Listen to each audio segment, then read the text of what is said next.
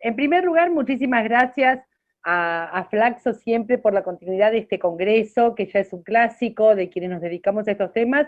Y en segundo lugar, un agradecimiento muy especial a Horacio, que siempre nos reúne, nos convoca, pero siempre con un mismo objetivo. Y esto es lo que yo más le valoro a Horacio Cao, que es que nunca dejemos de mirar la arquitectura y las capacidades estatales a la hora de pensar el desarrollo, la lucha contra una pandemia o el tema que fuere. O sea, siempre tener ahí, estar mirando esos aspectos materiales del Estado, ¿no? Así que gracias, Horacio, por atender siempre ese tema y reunirnos o en papers, en documentos, o en libros, o en paneles. Bueno, ya somos una pequeña comunidad, incluso hasta generacional, si se quiere. Y en ese sentido, un placer estar con Jorge, con Pablo, con Lucrecia, porque somos compañeros de la Comisión de Estado y Administración Pública del Patria, de los equipos técnicos de gestión pública del Partido Justicialista, por lo cual nos pidan neutralidad acá, ¿eh?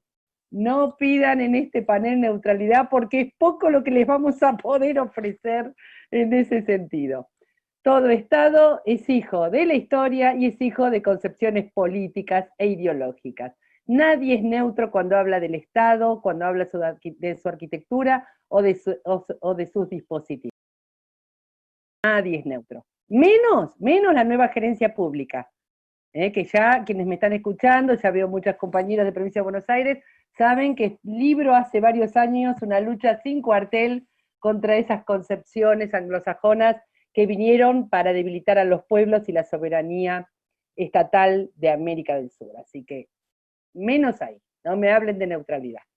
Dicho eso, si te parece, Horacio, el aspecto que me gustaría tocar, para tocar algún tema diferente a lo que son mis escritos o al pensamiento más conocido mío por mis diferentes presentaciones, es contarles cómo veo la capacidad estatal en este momento particular desde el Poder Legislativo, que es donde me estoy actuando ahora como diputada nacional en representación de la provincia de Buenos Aires y en representación del Frente de Todos.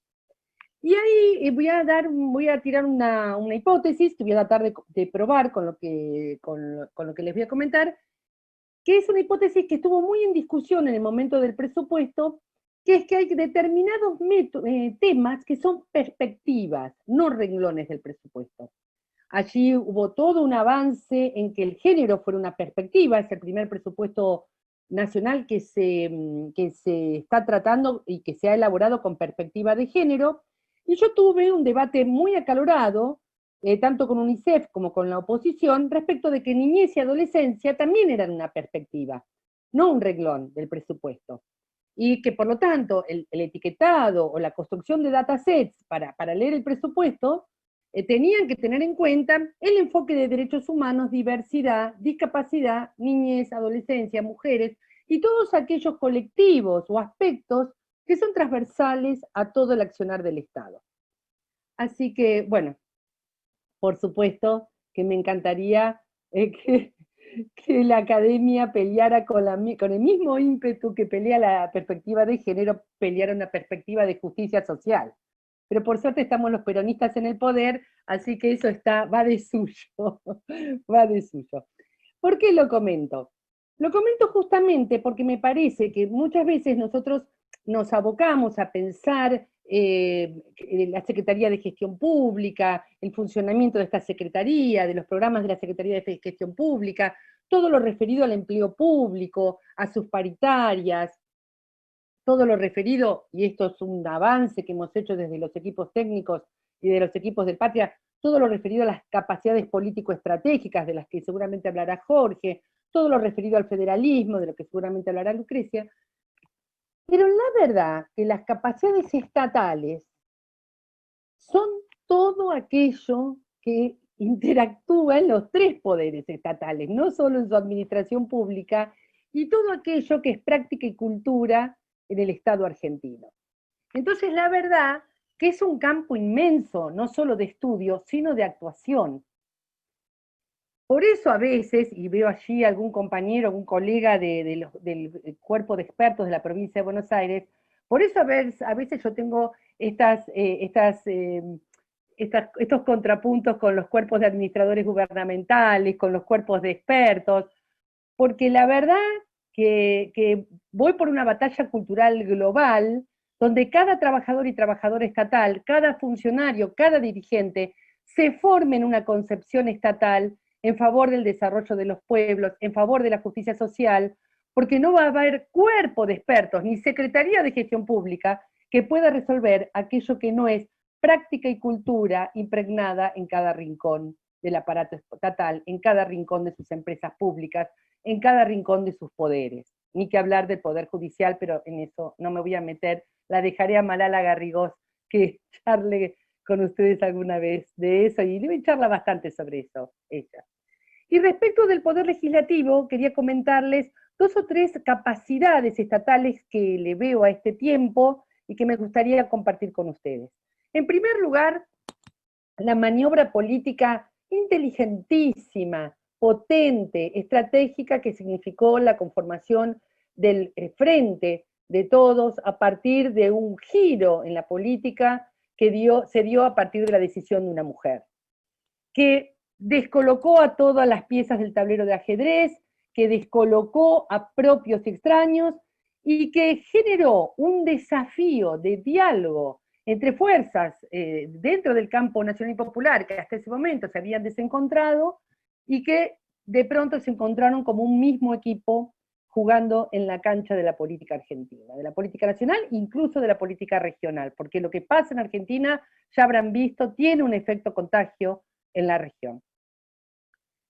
Ni que hablar cuando Correa se postula como vicepresidente, ¿no? Hasta juegos de espejo muy similares en la región. Ni que hablar con todo lo que ha sido la actuación de Alberto Fernández en la protección de la vida de Evo Morales, en acompañar su proyecto político y demás. Pero también, no me quiero ir por las ramas. Les decía, este frente que comenzó siendo un frente electoral, que conformó los equipos de todos, luego se transformó en bloque en el Parlamento.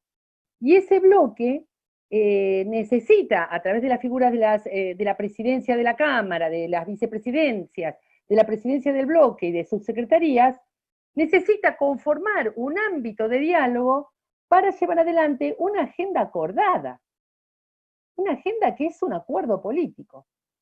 Y para malas noticias de nuestros opositores, eso está sucediendo. ¿Quién podía pensar que el triángulo Cristina Kirchner, Máximo Kirchner, Sergio Massa iba a funcionar? ¿Quién daba 2 pesos por la gobernabilidad que pudiera generar ese triángulo de dirigentes?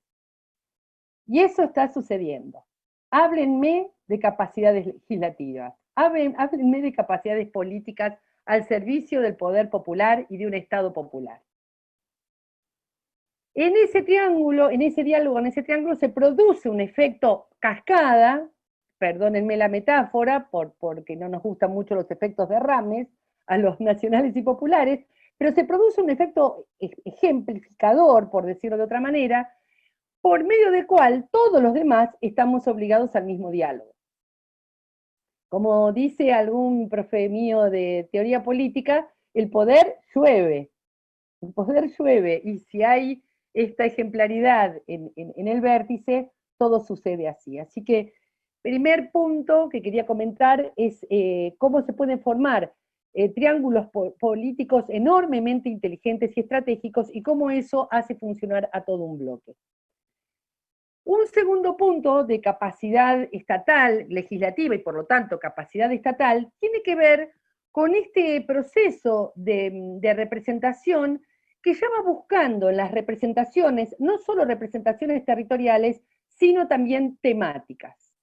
Entonces, estamos los dirigentes o los legisladores que nos dedicamos más a los temas de la administración, Daniela Vilar y quien les habla, estamos quienes nos dedicamos más a los temas sociales, especialmente al trabajo comunitario, Juan Carlos Alderete, Verónica Caliba, María Rosa Martínez y yo, están quienes se dedican a los temas de género, Mónica Macha, a los temas del trabajo, Vanessa Siley, y ese reparto de temas y de abordaje de temas y de negociaciones de temas es absolutamente respetado. trata de buscar los propios perfiles para que el perfil del legislador combine con el tema que se le asigna, pero en algunos casos, por alguna vacancia, como me pasó a mí, siendo vicepresidenta y autoridad del bloque en materia de ciencia y tecnología, se buscó a alguien que se arrimara al tema de ciencia y tecnología ante la vacancia que produjo la salida de Roberto Salvareza, de Daniela Castro y de otros especialistas en ciencia y tecnología. Ese reparto es absolutamente respetado en el diálogo político. Si hay temas de trabajo, todos le preguntamos a Vanessa. Si hay temas de género, todos y todas le preguntamos a Mónica Macha. Si hay temas de niñez y trabajo comunitarios, todos y todas le preguntan a Claudia Bernaza lo mismo si hay temas de ciencia y tecnología. Lo comento como una segunda capacidad porque tengo la experiencia de mandatos anteriores donde esto estaba más desordenado. Creo que en esta materia también hemos vuelto mejores. Y finalmente, y más allá de que haya una figura específica de relación parlamentaria, de relación entre la jefatura de gabinete y el Congreso de la Nación, y específicamente la Cámara de Diputados, más allá de esas figuras formales de la estructura que además funcionan, todos y todas nosotros tenemos puentes y vasos comunicantes, cada uno con el área del Ejecutivo sobre la cual nos toca legislar. Aquello que yo escribía en los 90, la necesidad de que las comisiones legislativas fueran espejo de las estructuras ejecutivas, está sucediendo, y está sucediendo porque nos dimos cuenta que no es tan fácil ganar la partida, no es tan fácil sostener proyectos populares en el poder, y nos dimos cuenta que si no nos poníamos las pilas, nos llevaban puestos. Así que en eso estamos, con capacidades que para mí son una gran noticia, una noticia que me es muy alentadora y que me permite un optimismo no solo como sentimiento, sino como método. Así que esto es lo que quería comentarles, no sé si usé demasiado tiempo, poco tiempo, vos dirás, Horacio, pero en todo caso seguiré charlando a partir de las preguntas. En primer lugar, cuando nosotros decimos Estado, que quede claro que es el gran entramado nación, provincias, municipios. Ese es nuestro concepto de lo federal. Es un concepto de lo federal que toma en cuenta que tanto nuestras ciudades ribereñas, como los parajes rurales, como las comunidades originarias, tienen formas de localizarse y habitar el territorio que no pueden entenderse si no es de lo local. Pero al mismo tiempo tenemos un proyecto de emancipación que no se puede entender si no es desde lo nacional y desde la patria grande, desde América Latina, desde nuestra América, como le gustaba decir a José Martín, o desde la Via Yala, como le gustaba decir a las lenguas originarias.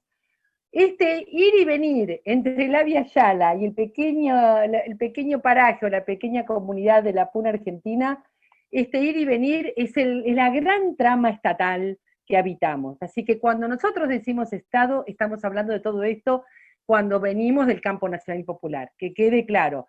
Justamente esto que comenta Horacio, cuando por ahí decimos demasiadas veces Estado Nacional, nos puede traer a confusión.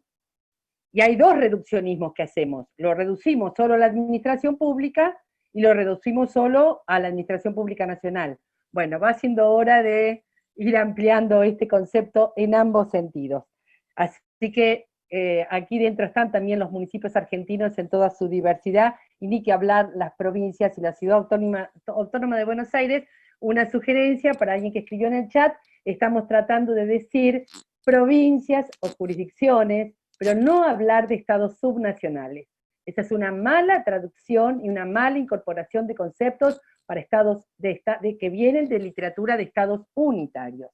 Nuestras provincias no son sub nada, son originarias del Estado argentino, son las que le dieron origen al Estado argentino. Del mismo modo, la práctica de todos nosotros, incluida quien les habla, de dejar de decir el interior, porque es el interior de ¿qué? Empecemos a hablar cada vez más del territorio, ¿no? de los parajes y los territorios. Pero eso no saben lo que nos cuesta, incluida quien les habla. Cao, teléfono. Bueno, pero me hiciste acordar, Cao, porque yo siempre digo interior también. Bueno, y también voy a aprovechar un comentario que se hizo en el chat sobre las instancias perdurables de articulación. Miren, Hay algo que dice el viejo y querido profesor y maestro de todos nosotros y todas nosotras, Norberto Galasso. No solo hay que tener razón, también hay que tener poder. Y si no hubo instancias perdurables de articulación fue porque no tuvimos suficiente poder en el marco de un proyecto nacional, de un modelo de desarrollo nacional que incluya a todos. No tuvimos suficiente, no acumulamos suficiente poder alrededor de ese proyecto.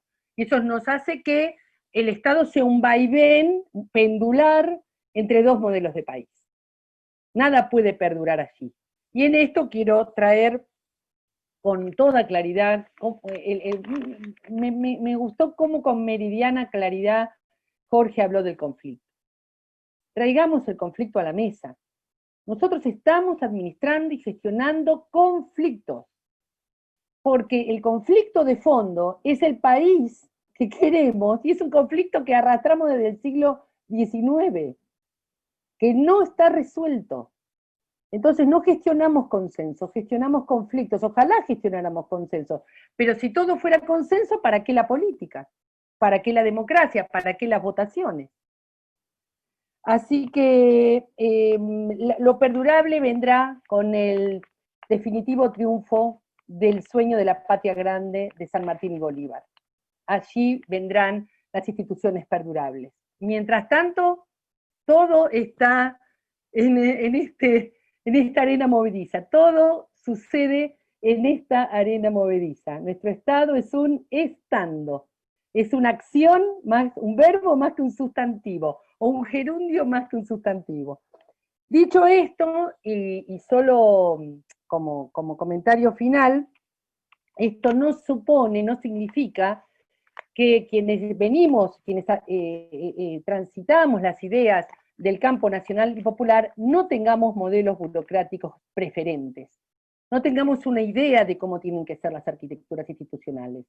No nos confundan, no somos improvisados. Que nosotros digamos que lo importante es la política, el diálogo político, lo importante es gestionar el conflicto, no significa que a la hora de pensar trayectorias públicas, a la hora de pensar concursos, a la hora de pensar paritarias, a la hora de pensar estructuras orgánicas, no sepamos qué decir. Tenemos muy claro qué modelos y qué arquitecturas son preferibles a la hora de gestionar. Es decir, somos el ala burocrática del peronismo, por decirlo de alguna manera, o el ala moderadamente burocrática o tecnoburocrática del peronismo. Sabemos qué queremos respecto de la organización material del Estado. Pero finalmente no podemos dejar de señalar lo que también un maestro de todos nosotros, Carlos Matus, siempre comentaba, que es la vacancia de una teoría de gobierno. Entonces nos venden las teorías administrativas como la teoría abarcadora del total de los problemas del Estado. Y nosotros necesitamos producir no solo teoría administrativa nacional y popular, sino y sobre todo teoría de gobierno desde aquí, desde este sur, desde la Via Yala.